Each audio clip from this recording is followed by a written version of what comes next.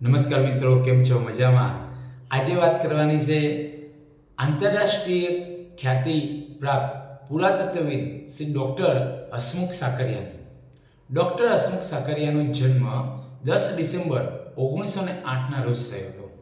તેમણે પોતે BA અને LLBનો અભ્યાસ કર્યો હતો અને ત્યારબાદ તેઓ મુંબઈની સેન્ટ ઝેવિયર્સ કોલેજની અંદર વ્યાખ્યાતા તરીકે જોડાયા હતા.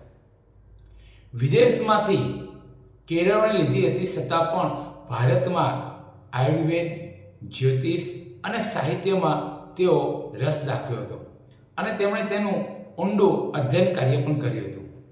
ડૉક્ટર હસમુખ સાકરિયાએ પુરાતત્વ વિષયની અંદર પણ ઊંડું વિસ્તૃત સ્વરૂપનું સંશોધન કાર્ય કર્યું હતું. તેમણે 10 ગ્રંથો અને 200થી પણ વધારે લેખો લખ્યા છે. તેમણે પુરાતત્વ વિષયના પણ અનેક સંશોધન લેખો લખ્યા છે.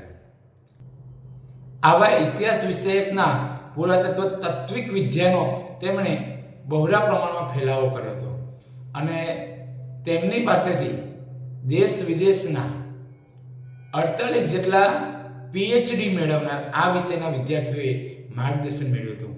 ડૉક્ટર હસમુખ સાકરિયા એમણે ઇતિહાસ પુરાતત્વની નામાંકિત સંસ્થાઓમાં પ્રમુખ બન્યા હતા. તેમના આ કાર્યના કદરરૂપે તેમને પદ્મભૂષણ, પદ્મવિભૂષણ અને રંજીતરામ ચંદ્રક પણ એનાયત કરવામાં આવે છે.